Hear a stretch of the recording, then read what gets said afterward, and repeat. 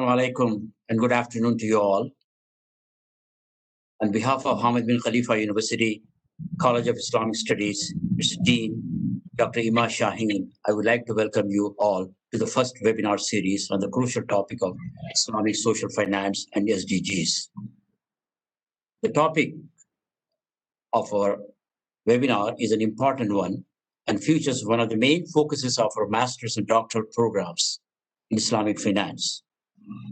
Hamad bin Khalifa University consists of 6 colleges, and College of Islamic Studies is one of the oldest, established in 2007.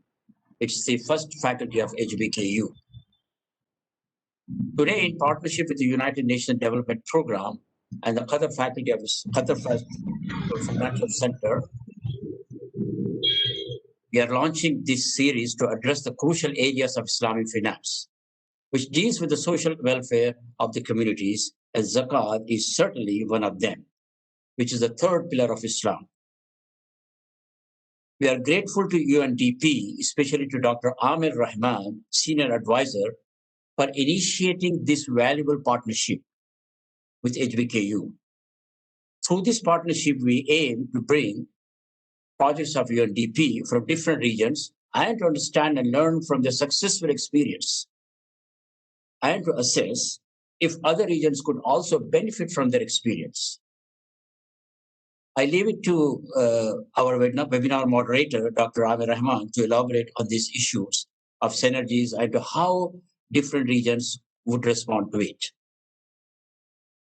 Dr. Amir Rahman has graduated from Harvard University with a bachelor's and master's degrees, after spending few years working with various consulting firms like McKinsey, BCG, etc. He returned to Harvard Business School to complete his MBA. And then he worked for several years with HSBC Amana, and later he was the founding member of the Fajr Capitals in Dubai. Some of his most noteworthy publications are published by McGraw-Hill Publishing Company and several papers, but one of his papers is published by Harvard Business Review, and his doctorate is from Columbia University, where he holds a senior fellowship at Columbia Business School. Before I pass on the floor to Amir, let me extend my deep appreciation to the Dean, Dr. Ima Shaheen, and Qatar Financial Center CEO, Mr. Yusuf Al-Jeda, and my colleague, Mr. Zul Hakim, the researcher at the Center for Islamic Economics and Finance, for his untiring efforts, along with the HBKU team members, Mr. Azuddin bin Abdul Nabi and Mariam Darwish. Thank you very much, Mr. Azuddin and Ms. Mariam, for all your efforts in making this webinar possible. Lastly, I would like to thank all my colleagues at the center as well as at the college, especially to recognize their support and encouragement I have been receiving, especially from the Islamic finance faculty. And before I go any further, I would like to pass on this floor to Dr. Amir Rahman, and so that he can start the moderation. Thank you very much, and good day, everyone. It's a real pleasure to be with you here and hosted by HBKU on this webinar discussion regarding Islamic social finance and the SDGs.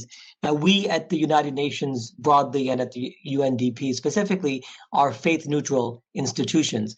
And when we approach Islamic finance, it's from the perspective of SDG financing.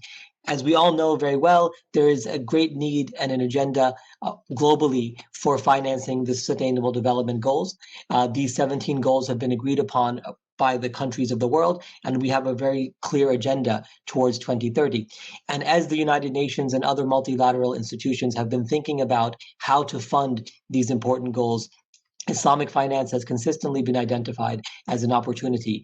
And the work that we do at the United Nations Development Program, along with our colleagues in the United Nations system and across the international development community, is to work with Islamic finance stakeholders, as we'll hear today, on aligning their activities with the SDGs. So when we come into this discussion, it's not from the perspective of faith-based finance, but rather from development finance and how faith-based actors can channel their funds in ways that are consistent with the global agendas for development and be part of the solution for SDG financing. And today's conversation about Basnas in Indonesia is a very exciting example that we're so pleased to share today and to learn from, and to discuss, as Dr. Ali noted, how this may be applied in various regions around the world. So we certainly see an opportunity for Islamic finance stakeholders to align their activities with the SDGs and for the SDGs to be better funded as a result of that alignment.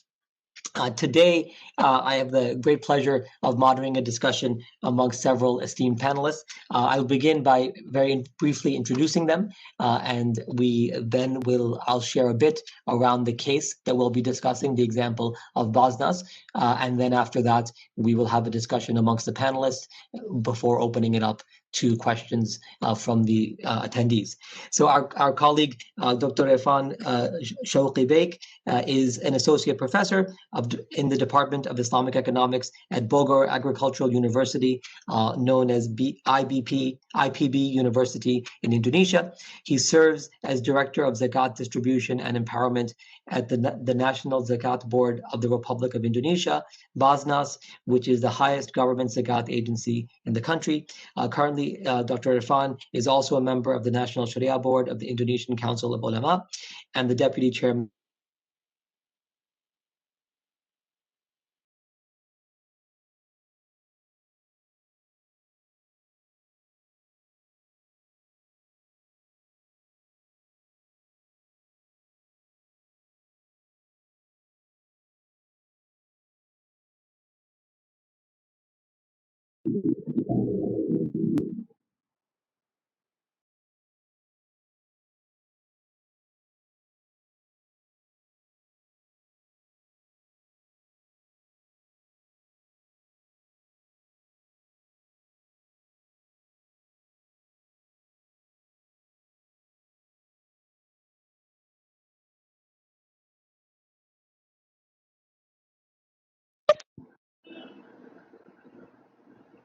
and in Switzerland.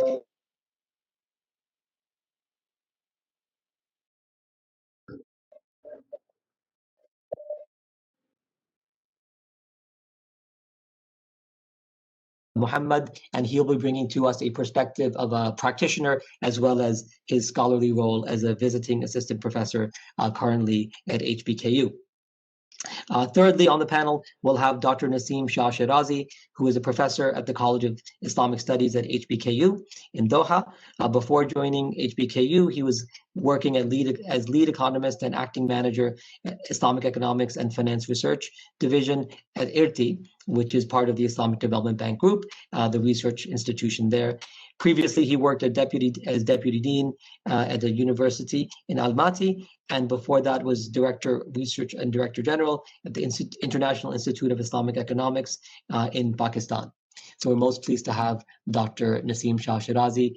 And third on our panel, we'll have Dr. Muhammad Abbas Katkate. And Dr. Katkate is based in India, and he has been involved in Zakah and in Islamic social finance for many, many years in India. He was a pioneer in establishing MESCO, the Modern Educational, Social, and Cultural Organization, in 1968, and he's led that institution, and he'll give us a very practical perspective on the work being done in one of the most important Muslim minority populations in the country of India. So we look forward to hearing Dr. Muhammad Abbas Katkate's comments in the conversation. So if I may begin with Dr. Irfan's permission, we'll discuss the protocols for the interaction with the speakers. There is a Q&A tab that you'll see as on the web in the WebEx tool. We ask that you kindly put your questions in the Q&A tab, and that way they will come to us. Please direct the questions to all panelists as opposed to individual panelists when you're typing them in. Even if you'd like a specific panelist to respond, put the text in so that all panelists can see, and then we'll direct the questions accordingly. With that, I will, if I may, with Dr. Irfan's permission, present a few slides regarding the exciting work that's been done at Basnas. And so as we put the slides on the screen, I'll begin by sharing a bit about Basnas and its experience in zakat collection and administration in Indonesia. And so Basnas was established quite recently, in fact, by standards of zakat agencies around the world. So Basnas was established in the year 1981, and it was established by presidential decree on January 17th. In the year 2001. And Basnas now is coming to its 20th anniversary of existence. And since in the last 20 years, we have seen the collections of Basnas grow significantly. So in 2015, the amount of zakat collected in Basnas was $250 million. And now it is on nearly $700 million in the year 2019. And so, as we can see on the next slide, the volumes of zakat collected in Basnas have grown significantly over the years, and it continues to have quite a rapid increase. We also see, if we go to the next slide, that Basnas, what we'll be discussing today is that Basnas has very remarkably worked on a program by which it aligns its zakat work with the SDGs. And this program has 3 stages, as we'll hear from Dr. Irfan. The first stage was developing a conceptual framework of zakat and the SDGs. The second stage is introducing pilot projects on the implementation of zakat on SDGs, in which there was a collaboration between Basnas and UNDP. And third, the goal or the vision is to align all of Basnas's programs with the SDGs. And so this is, I'm sure you can see why this case study is so remarkable, because Basnas is very much a pioneer in taking the centuries-old tradition of zakat and aligning that to specific sustainable development goals. On the next slide, we can see that the work has been done in a great deal of detail at Basnas. And so the goals you see listed, these are the 17 sustainable development goals. And these are the priorities, to the extent to which these are priorities of Basnas in their zakat activities. So there's been a very specific mapping, and you can see the first 3 SDGs are areas of particular importance: no poverty, which is of course SDG 1, zero hunger, good health and well-being. So these first SDGs are also the priorities of Basnas in their activity. And they've gone through the rigorous effort of quantifying the priorities, the criteria of SDGs as they look at the various projects that they can choose to fund with zakat funding. Moving on to the next slide. We can see the example of Basnas's collaboration with UNDP, which began in Jambi province of Indonesia. A sum of $350,000 was used for a program, and itself was quite an innovative program. It is in the infrastructure or micro hydro power plant initiative. And what this project did in partnership between Basnas and UNDP was to apply zakat funding in one of the poorest villages in the country. It had not had electricity for 73 years. And through the funding of this plant, that village has been transformed. And this group of underprivileged Indonesians has been able to benefit through zakat funding allocated in a very strategic way for sustainable development. And so that has been recognized in the country, and also, in fact, internationally. This project has gained a lot of renown and recognition for not only its vision in addressing a social problem, but also the way in which it has tracked it with the SDGs, the way it has measured its impact, and the way it continues to bring benefit to the village that was served. And so with that, this a handful of slides to give you a taste for what Basnas has been doing with the SDGs. And I'll turn it now to a discussion with Dr. Irfan. And thank you, first of all, Dr. Irfan, for joining us today from Indonesia. You're welcome. Thank you very much for inviting me to this wonderful webinar session. I'd like to begin by asking, the work that you did here at Basnas for SDG alignment is a very breakthrough and innovative approach. What was the motivation? Where did the idea come from for you to work on aligning Basnas's activities with the Sustainable Development Goals? Yeah, Bismillahirrahmanirrahim. Nahmadu nusalli rasul karim wa ba'd. So the idea is basically because of our involvement in the SDGs agreement, as we know that most of the countries in this world have agreed to achieve the 17 goals in the year 2030, and it has also become part of the national development program. So, of course, Basnas has the responsibility to take part in this regard, and therefore we in Basnas agree that we need to support the achievement of the SDGs by utilizing Zakat Fund.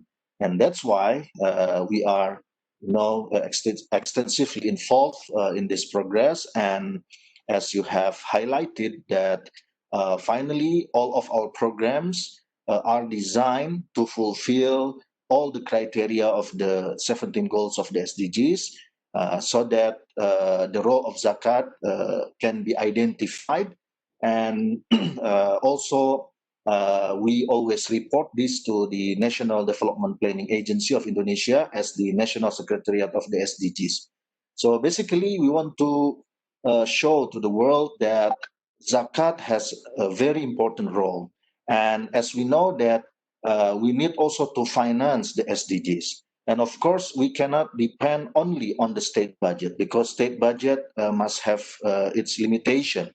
That's why we need to develop the alternative and innovative financing of the SDGs. Since the spirit of SDGs, according to our analysis, are also in line with the spirit of Sharia, in which all of the zakat activities must be based on the Sharia principles. So we think that in this very good momentum, then Basnas should take a lead and should set up an example, yeah, to Indonesian people, also to other zakat institutions in the country, because in Indonesia we have also private zakat institutions that are established by the society's initiative, but they must be under our coordination.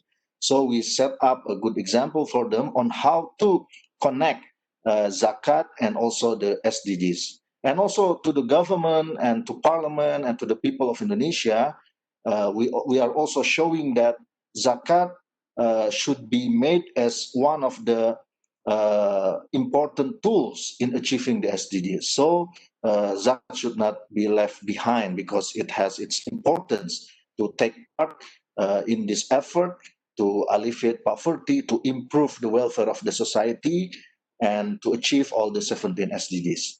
Yeah. Thank you so much, Dr. Irfan. When you look at this program over the years, what would you say have been the greatest successes of your work on the SDG program?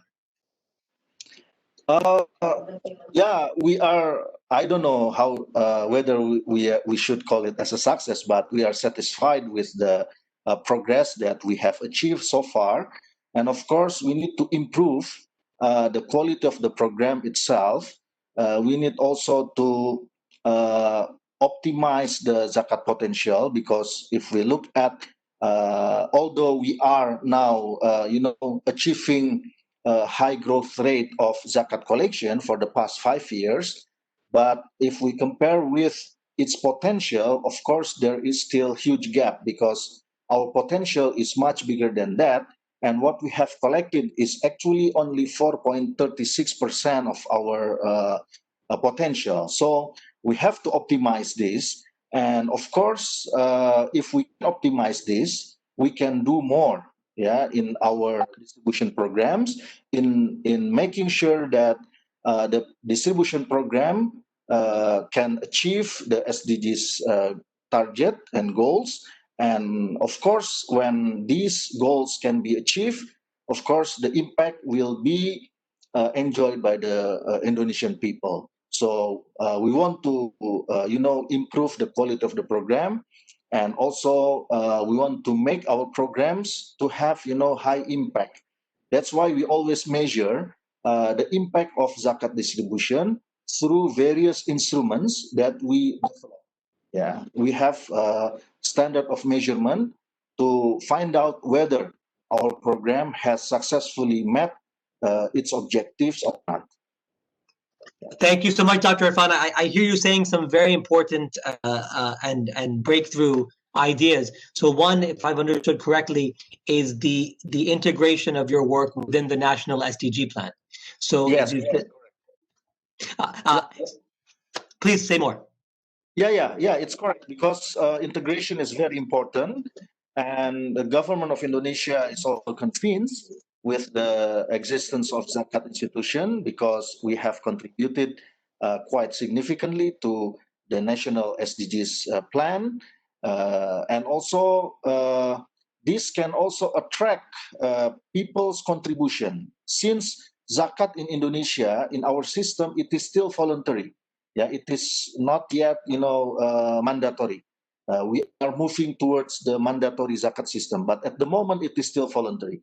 So when we talk about the voluntary zakat system, the most important thing is how to convince people to pay their zakat, so the zakat potential can be achieved. And one way to convince people is by providing them with significant and concrete programs. That's why, in this regard, one of the way to promote zakat further to the people is by collaboration. Yeah, and zakat and SDGs, when these two are combined, then very powerful tools to convince people of Indonesia that look, zakat, something that is basically our religious obligation, but it has significant impact to the achievement of SDGs. So that's why when we contribute at the same time, you donate, you fulfill your obligation, your religious duty, but at the same time you give something that can change the people's condition, especially those who are living below the poverty line. Thank you so much. Now, I'm sure as you develop this program, you must have faced some challenges, some hurdles, some obstacles. Can you tell us a bit about what challenges you faced and how you managed to overcome them? The first challenge is actually on the conceptual and also on the perception. Yeah, because many people still do not know the SDGs at the beginning of our effort, and they always they question us. How do you relate something that is coming from the Western world? You can say like that, yeah, to the Islamic, religious obligation, to our religious obligation. How you connect the two?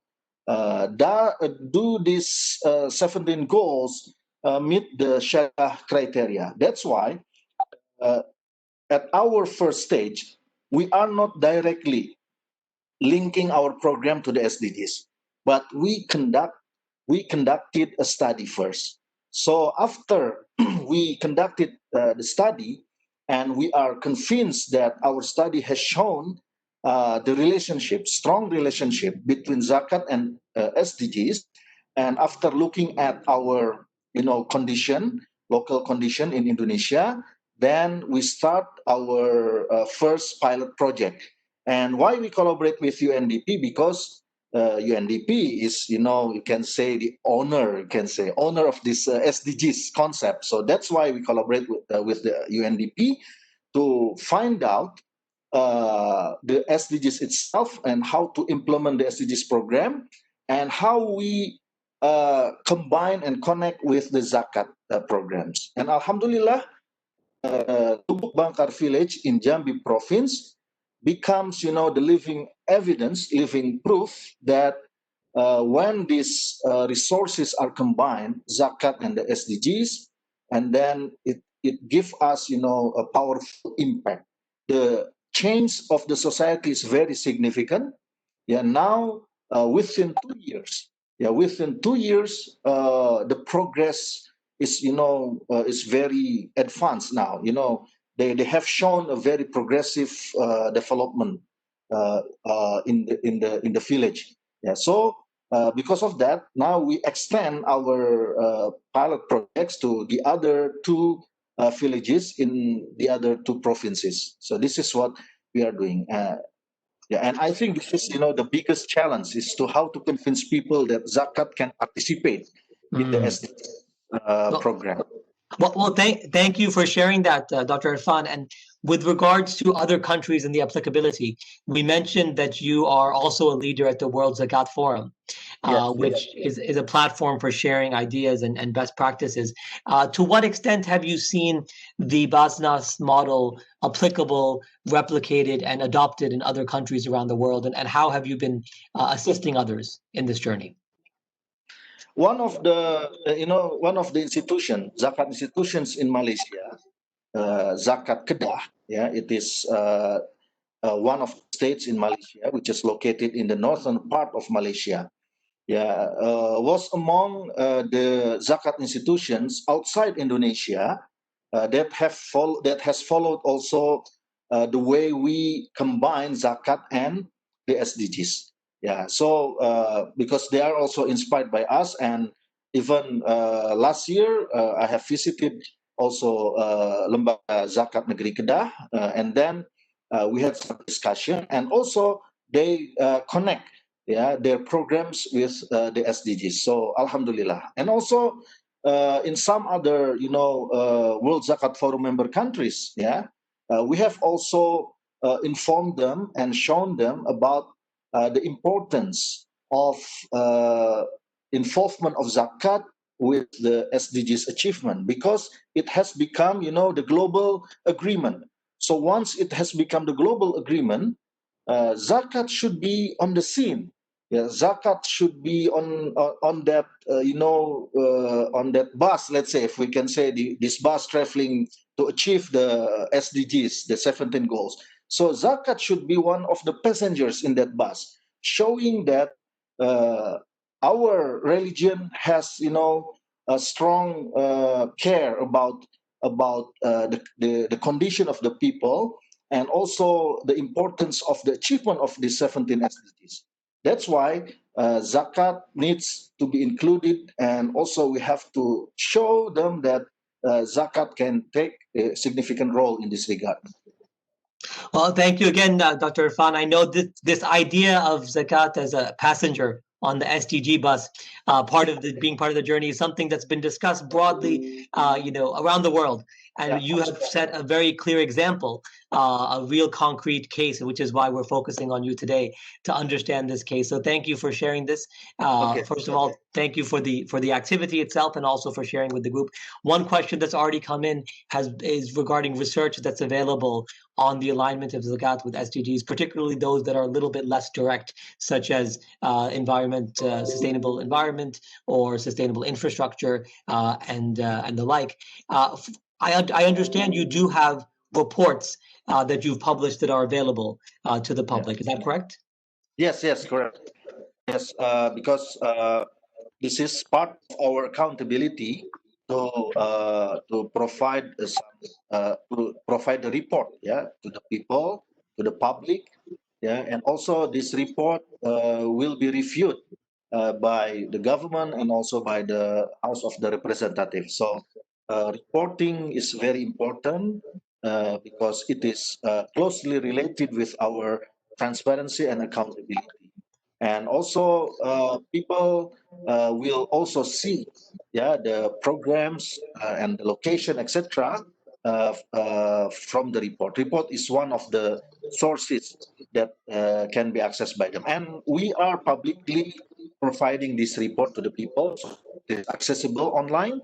You can see the progress of zakat development in achieving SDGs from our reports that are accessible online. Perfect. Thank you so much. Well, I'm sure there'll be much to add as we go into the discussion, and we'll now turn to our panelists, beginning with Dr. Abdul Fattah. Dr. Abdul Fattah, you have a great deal of experience and expertise with development finance more broadly, and also Islamic social finance in the Middle East and more. When you hear the Basnas example, can you tell us what relevance do you see to this? How would you apply this example in the context with which you're most familiar? Okay. First of all, thank you very much for having me today in this really great panelists. I thank, of course, as well, Dr. Irfan for this presentation and for the innovative approach that Bosnia has followed. Of course, when we take the basically the discussion of zakat and SDGs, or I would say SDGs and zakat, definitely we see quite a direct correlation between SDGs as a global framework for inclusivity, equality, and of course for human dignity. It's a framework that is owned by every country almost. It is something that UNDP did not put for itself. It is for the rest of the world, basically, to see a new wave of basically human development. Of course, when I see Dr. Amer here, I recall the legacy of Mahbub al-Haq and those who started human development reports within UNDP. And now it is, of course, the agenda is progressing and it will continue progressing. Now, between SDGs and Maqasid al-Sharia, there is definitely two larger frameworks that we can really make quick correlations when we see it from this region, the GCC, Middle East, and Arab countries. Definitely, SDGs as a framework has been in the hands of governments and in the hands of Ministry of Planning, Directorate of Statistics and Planning in many countries. And it is not really in the hands of Islamic Affairs ministers or Awqaf Ministry and so on. So we have to take this into account. And Zakat and Awqaf and these forms have been in the what we call in the faith-based, in the hands of faith-based, you can say, community organizations. Okay, that's very important to put. Of course, when it comes to religious positions and the Sharia discussions, you can definitely see the outcomes of Zakat and the outcomes of SDGs, especially the things related to poverty reduction, zero hunger, and so on. There is quite a quick correlation you can see in terms of the output and the outcome. I mean, this is quite known and seen. But when it comes to mainstreaming SDGs agenda and mainstreaming as well the faith-based agenda, this is something which requires further ijtihad and further kind of research, basically, because in some countries in the Arab region we can see areas to do with agriculture and water through governments. There are certain kind of ijtihad, you can say, or thinking outside the box of the 8 categories. But in many countries here in the region, the agenda of Zakat remained in the hands of faith-based, and it didn't move further, basically, to cover mainstream issues.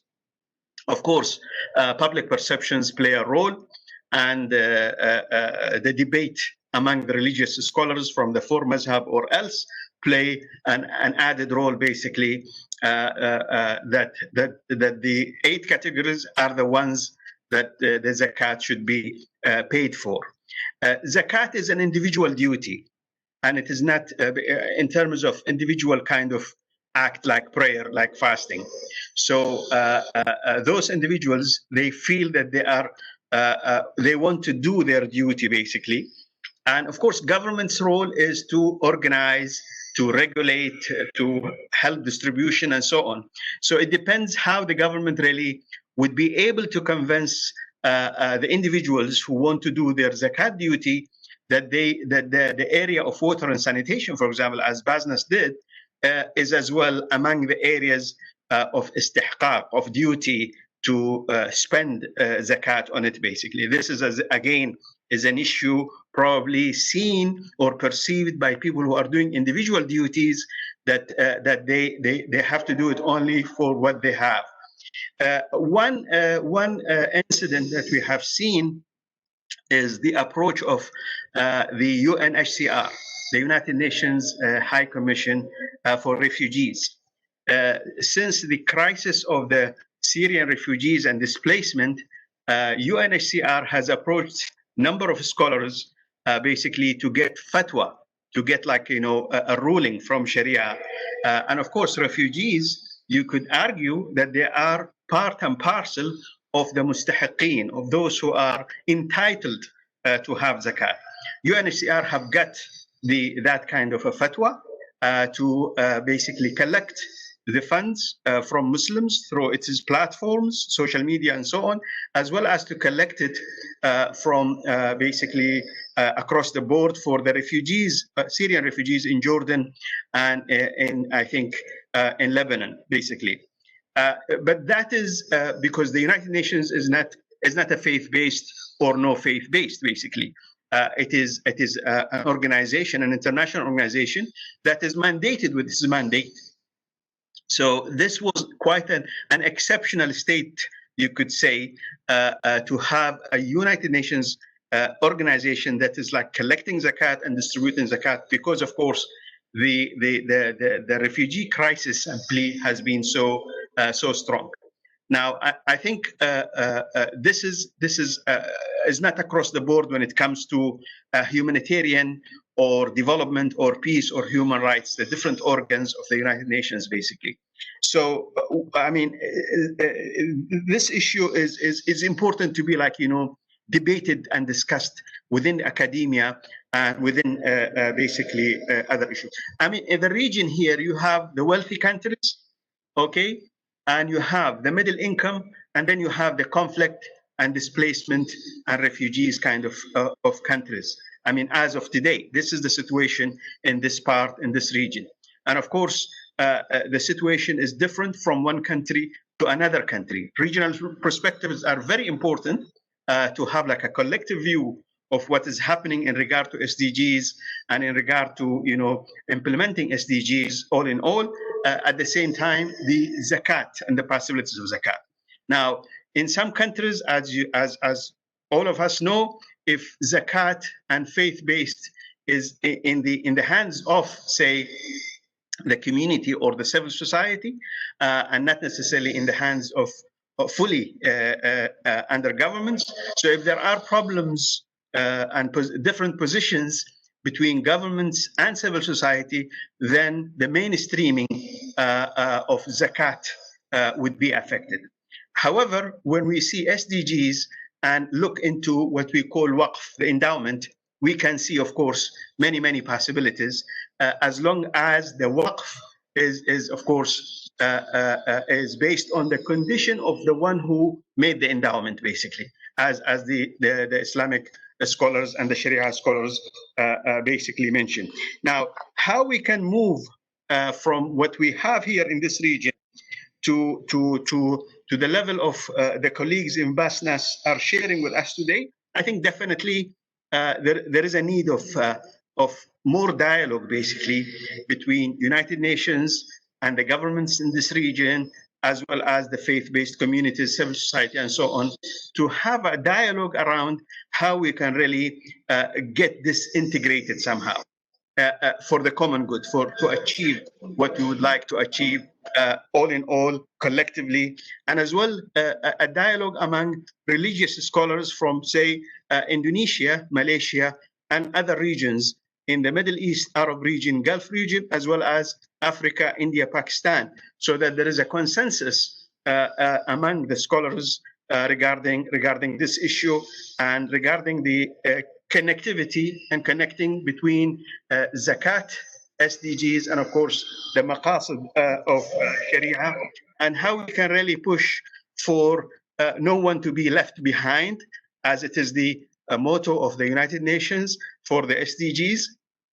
And we don't have much time left for us. It's just 10 years, okay? And we need to work collectively, and we need to work on the basis of وَتَعَاوَنُوا عَلَى الْبِرِّ وَالتَّقْوَى, meaning that you cooperate on things that is of kindness as well as that's of piety. Thank you very much. Thank you so much, Dr. Abdul Fattah. Really appreciate your comments. And we have some very good questions coming in, which we'll hold for the moment and hear from the other panelists, and then hopefully have a few minutes at the end to address. But we thank you, sir, for your contributions. And next, we'll turn to Dr. Shirazi, also at HBKU, to share your perspective as a global expert in Islamic social finance, and also an expert, of course, in sustainable development. So over to you, Dr. Shirazi, for your perspective.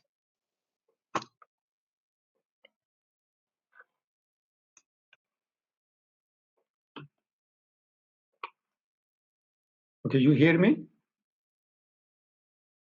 Okay. Assalamu alaikum.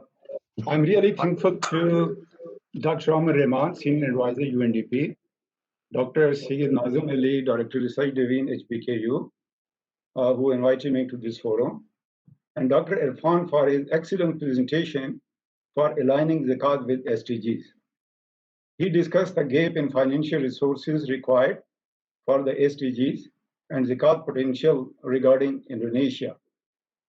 Indonesia is the only country in the Islamic world where Zakat law is more dynamic. The Baznas has a significant role in this direction, and especially Dr. Irfan and his team is working very hard and needs to be appreciated. Dr. Irfan and Dr. Amer presentation also covers Zakat utilization for certain projects and achieving SDGs. Under the Zakat program, SDG priorities are set, and a higher priority is given to poverty reduction, zero hunger, quality education, income distribution, and gender equality. So, Baznas, with the collaboration of UNDP, completed certain community development projects as well. So, institution of Zakat is playing a significant role in this direction. So, poverty alleviation and sustainable development are directly linked. A number of studies which proclaim that the interaction between poverty and environmental degradation could lead to a self-perpetuating process in which, due to the ignorance or economic necessity, communities may unwillingly destroy or exhaust the resources they depend on for survival. The degraded environment can accelerate impoverishment, again because the poor rely directly on natural assets. So the poor lack access to finance, poor living conditions, poor health and illiteracy, low work opportunities, and consequently more fertility. This further leads to poverty, which also depletes the environmental capital.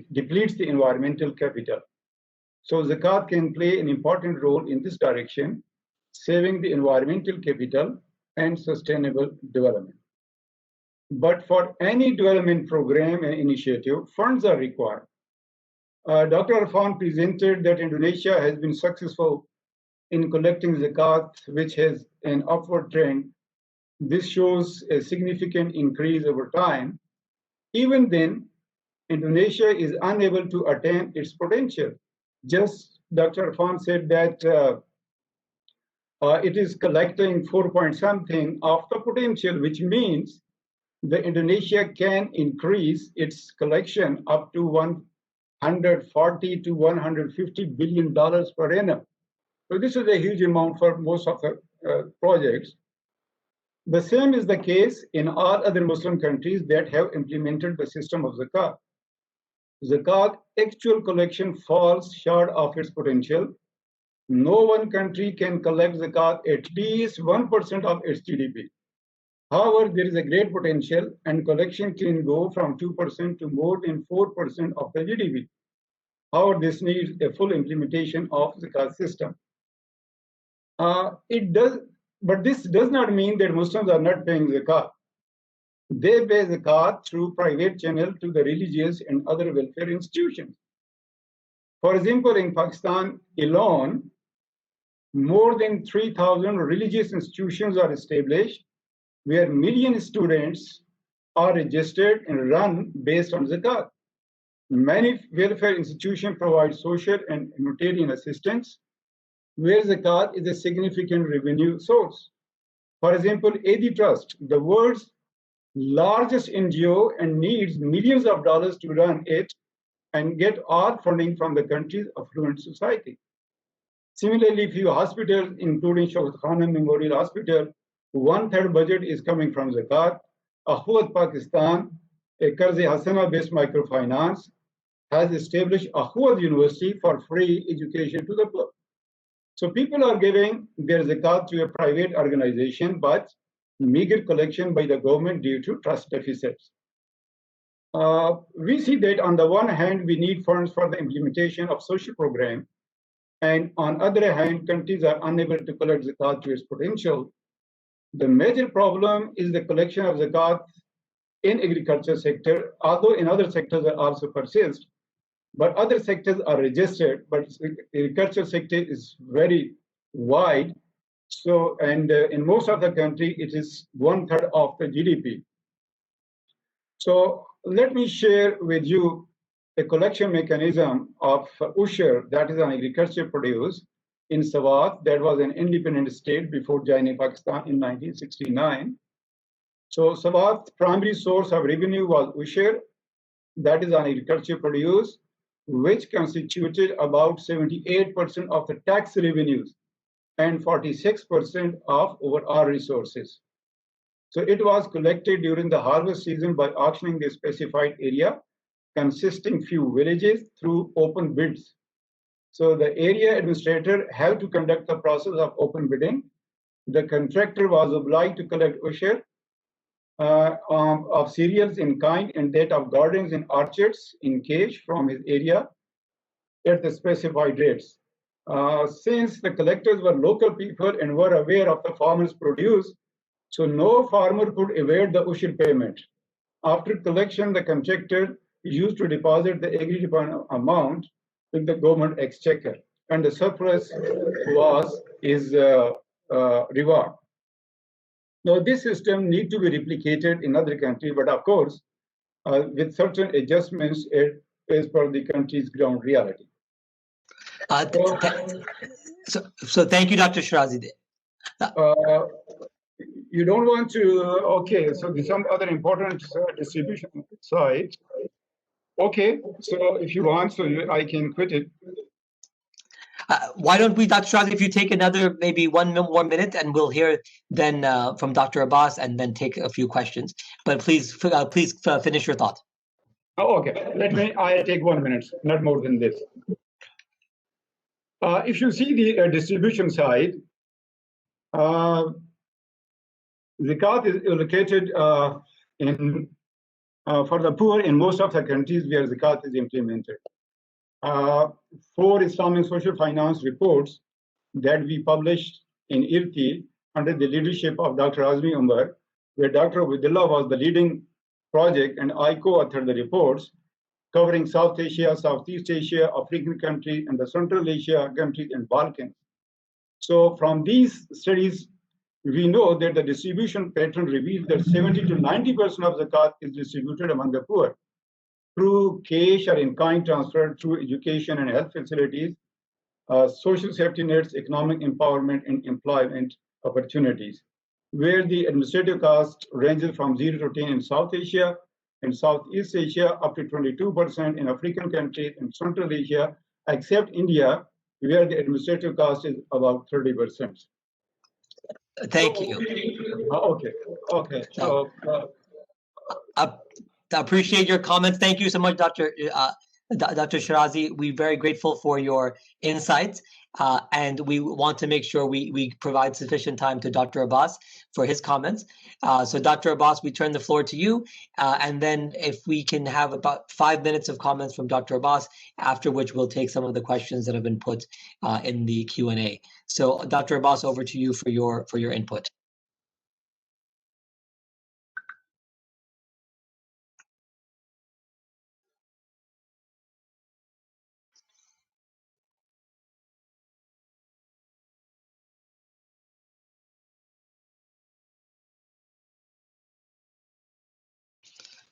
Okay, it may be that Dr. Abbas might have some technical issues at the moment, which gives us an opportunity to take a question from the Q&A, and then perhaps Dr. Abbas will be able to join us. There was a question here that I will direct to you, Dr. Irfan. Is there any plan to implement Qard Hasan directed towards the vulnerable population through Zakat funds in Indonesia? So any Qard Hasan related activities? Yes, Actually, we have already conducted that one. Have Basnas microfinance program in which we provide the Qardul Hasan scheme for those who require the fund to sustain their business. So we have implemented that one. The idea why we use the Qardul Hasan, basically there are two objectives why we are using the Qardul Hasan scheme using Zakat Fund. The first objective is to make sure that the mustahiq is responsible to use the money for the purpose of the purpose of managing their business. So they are not using the money for other purposes. So we have to train them, the responsibility to use the money in a correct way. And the second one, the objective of using the Qardul Hasan scheme is because of the limited amount of money that we collect, zakat money that we collect. When we compare the collected money with the number of the recipients to be served by us. Yeah, because that's why, let's say this year we allocate to, let's say 1,000 micro entrepreneur. Now, after a year, we can use the same fund to be allocated to the other 1,000 micro entrepreneur. But one thing, if there is default, when let's say the mustahiq is not able to repay back, we will not, impose any sanction or fine as long as the default is caused by, natural business. In business, sometimes you earn profit, sometimes you suffer loss. So as long as it is, naturally happening without any fraud or without any illegal activities or, violating the Sharia and the regulation, so it's fine because basically zakat money is belong to the mustahiq. Yeah. Thank you. Yeah. No, thank you for addressing that question, Dr. Irfan. I see that we have Dr. Abbas with us now. So, Dr. Abbas, if you may take the floor for a few minutes, and then we do need to wrap in 7 minutes entirely. So, if I may ask you to keep your comments to about 3 to 5 minutes, please, Dr. Abbas.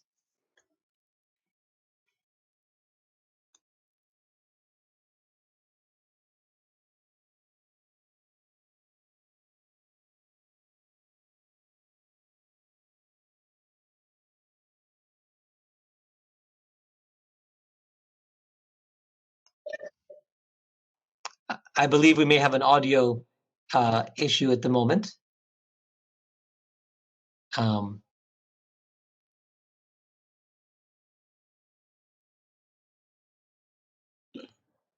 Perfect. And now we can hear you. Yeah, please go ahead, sir.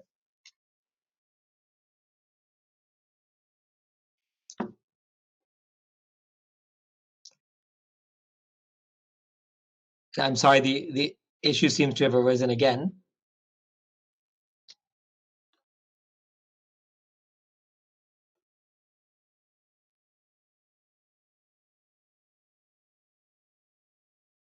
Okay.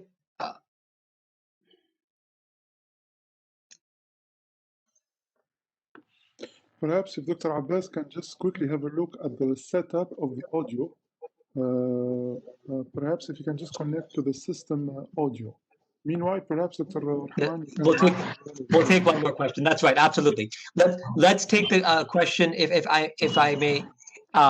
There was a question. Oh, I think we can hear now, Dr. Abbas. Please, Dr. Abbas, the floor is yours for, if I can ask you to keep it to 2 to 3 minutes now, because we do need to wrap. But Dr. Abbas, please. Okay. We have been concentrating at MISCO. We have been concentrating on education and higher education.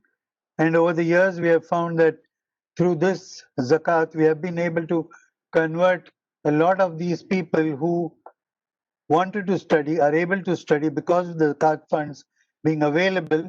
And now they have turned from their zakat receivers into zakat donors. In fact, if I may say that out of almost $1 million zakat that we collected this year, 20% of this came from our past students. So which is amazing area, because the other thing that we have been tackling is medical services, and that is one other area where we feel that there is a cost, but people are not able to afford hospitalization and other costs. So there we have some intervention. Then we also have been giving sewing machines to people, and again over the years we have been able to give a lot of sewing machines. In fact, every year almost about 200 sewing machines. Bosnia's example, we are wondering if we could venture further into microfinance and set up these garment manufacturing units where people will come and do their job and earn a good living, because at the moment it is restricted to doing business in their own area. So this is another side. And the fourth, of course, is what I got from Dr. Irfan's presentation, is that Qarz Hasna, and where they have used it for giving scholarships to students doing MSc and PhD under this Qarz Hasna. We do have a loan scheme, but it is repayable without interest. And that is something which has grown over the years. And we have almost 94% of the loans giving out which are coming back. So that is again a very good example where we can help our community, and these individuals and these people who go and study further, they become the backbone of these institutions as long as there is no central agency doing the. So I think I'll stop here because I've wasted most of my time. So we'll take up some questions whenever they occur. Thank you so much. We appreciate your participation, Dr. Abbas. And we have time for maybe one question before we turn it over to Dr. Ali for his closing remarks. And so one of the questions here was specific to the MENA region, which perhaps we can turn to Dr. Shirazi, Professor Shirazi, with regards to from a global perspective, when you look at the MENA region and the SDG financing, the question related to the macro and micro syncing up in MENA. So how can there be better alignment of the macro and micro perspectives on SDG financing within the MENA region? That's a question, Dr. Shirazi, if you can answer it in 1 minute, and then we'll turn it over to Dr. Ali to close.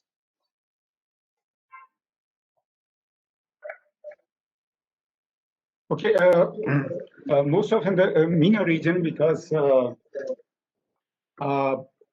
we don't have some other details of the MENA regions, but we have some other African countries like Sudan and others. So they, for example, for the empowerment programs and to poverty elevation and through the microfinance, and we have the Ben Khartoum experience, where they support the financial institution, microfinance providers through the support of zakat. So what they do, they go to the poor, they give the poor loans to the poor, and if the poor are unable to pay back, so the financial institutions are paid by the Ben Khartoum from the zakat fund. So that is the support. But the negative side is that the default rate is 10%. So recovery rate is 90%. So this is one negative aspect of, because the poor know there will be somehow their recovery may not be taken back because the Ben Khartoum will be coming for their support. So this is one of the negative sides. Thank you. Yeah, okay. Thank you. Let's turn it to Dr. Ali for his closing remarks so we can finish at the top of the hour. Dr. Nazim Ali, over to you. Well, thank you very much. I would like to extend my profound thanks to Dr. Amir Rahman for his remarkable moderation of this webinar. I'm sure everyone has learned a lot from today's session, especially Dr. Irfan for sharing the business model, amazing model, and our esteemed panelists, Professor Naseem Shirazi and Dr. Abdul Fattah and Dr. Abbas Khazkate for sharing their valuable views and the rich experiences they're bringing from different regions. So once again, my thanks also for all my HBKU team and my Centers for Islamic Economics and Finance team in making this webinar a great successful one. And once again, I recognize and thanks my colleague at CIS, especially the Islamic Finance faculty, for their continuous guidance and support. The last but not the least is I appreciate the audience for their attendance and participation. This indeed inspire us to announce the next webinar, which will be held sometime in November. The details of the next webinar, along with the registration, etc., and the topic will be sent to you soon. Thank you very much once again for your attendance and participation. So long.